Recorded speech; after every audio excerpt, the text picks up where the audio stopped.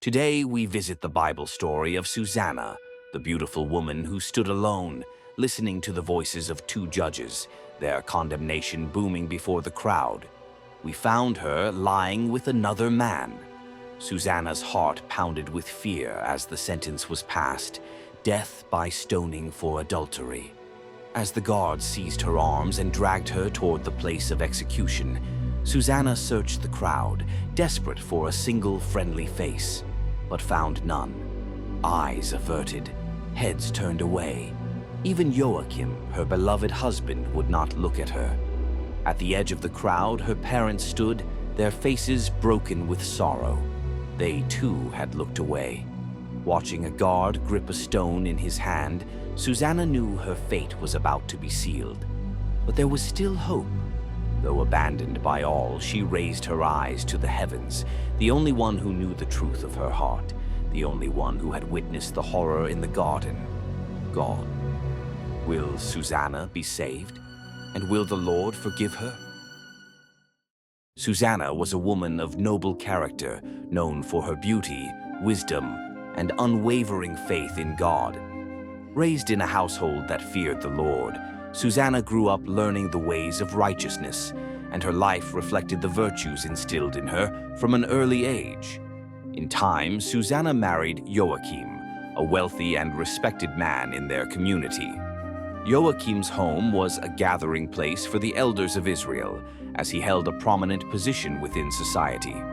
These elders, who were judges and leaders of the people, would often meet at Joachim's home to discuss matters of law, governance, and justice. As the days passed, Susanna continued her daily life in innocence, often taking walks through the garden and enjoying the peace and quiet it offered.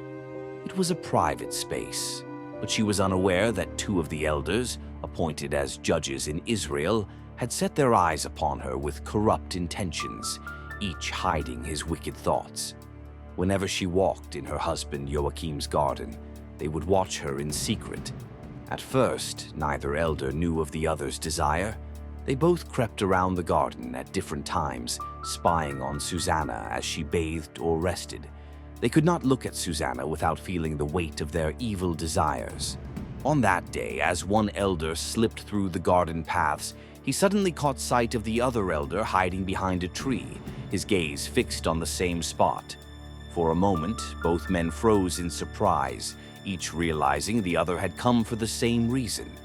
Their shared guilt turned to silent understanding, and they began to exchange glances of mutual recognition.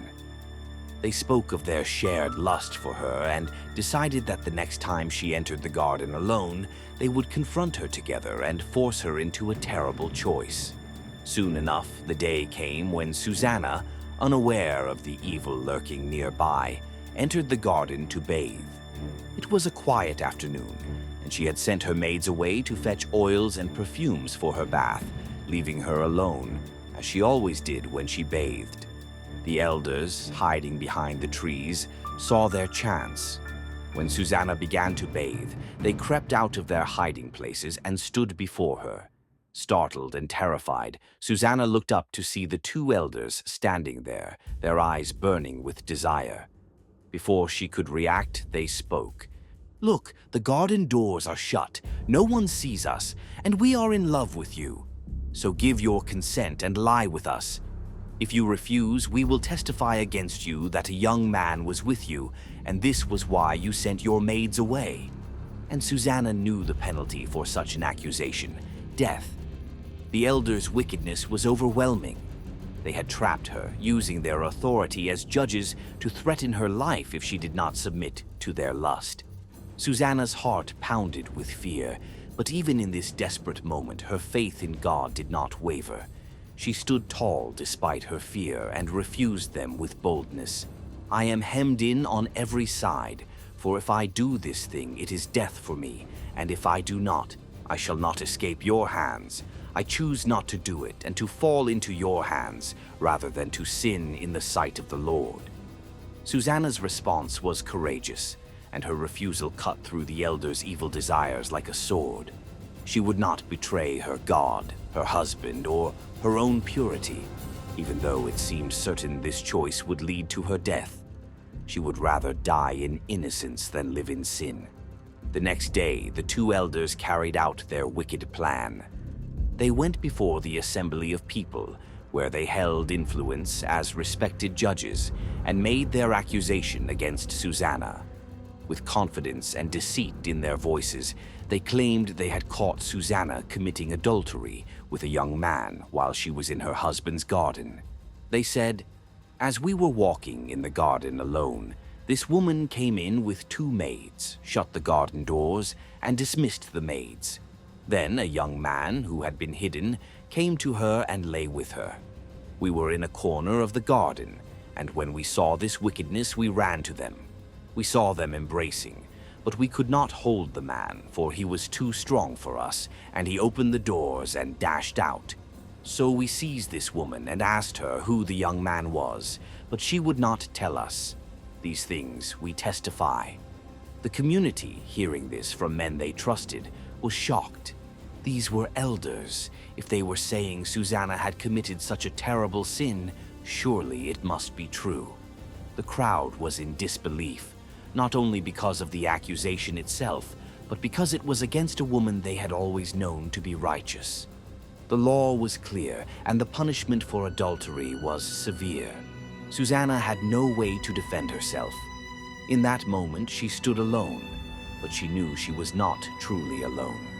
She lifted her voice in prayer, saying, "O eternal God, who discerns what is secret, who is aware of all things before they come to be, Thou knowest that these men have borne false witness against me, and now I am to die. Yet I have done none of the things that they have wickedly invented against me." As the trial seemed to come to a close and the people were ready to carry out the sentence, something extraordinary was about to happen. Though it appeared that all hope was lost, Susanna's trust in God was not in vain.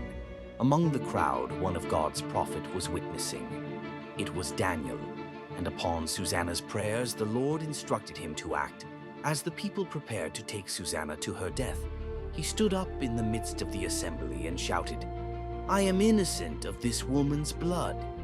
His boldness caught everyone's attention, and the crowd paused. The assembly turned to Daniel, asking what he meant. With courage, Daniel said, "Are you such fools, you sons of Israel? Have you condemned a daughter of Israel without examination and without learning the facts?" He urged them to investigate the matter thoroughly, for he knew that something was wrong. His confidence came from God, who had given him the wisdom to see that this was no ordinary case. Moved by Daniel's words, the people agreed to reopen the trial. The two elders, confident in their power, stood by their accusations, believing they could not be exposed. But Daniel, guided by divine wisdom, separated the elders and questioned them one by one. He knew that truth cannot be twisted without consequence. Now, to convince the people and save the innocent Susanna, Daniel needed evidence, and for that, he tailored a wise strategy for the interrogation. Daniel separated the elders so they won't hear each one's testimonies.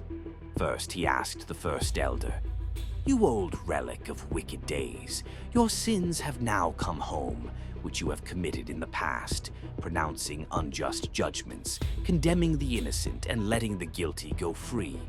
Though the Lord said, 'Do not put to death an innocent and righteous person.' Now then, if you really saw her, tell me this. Under what tree did you see them being intimate with each other?"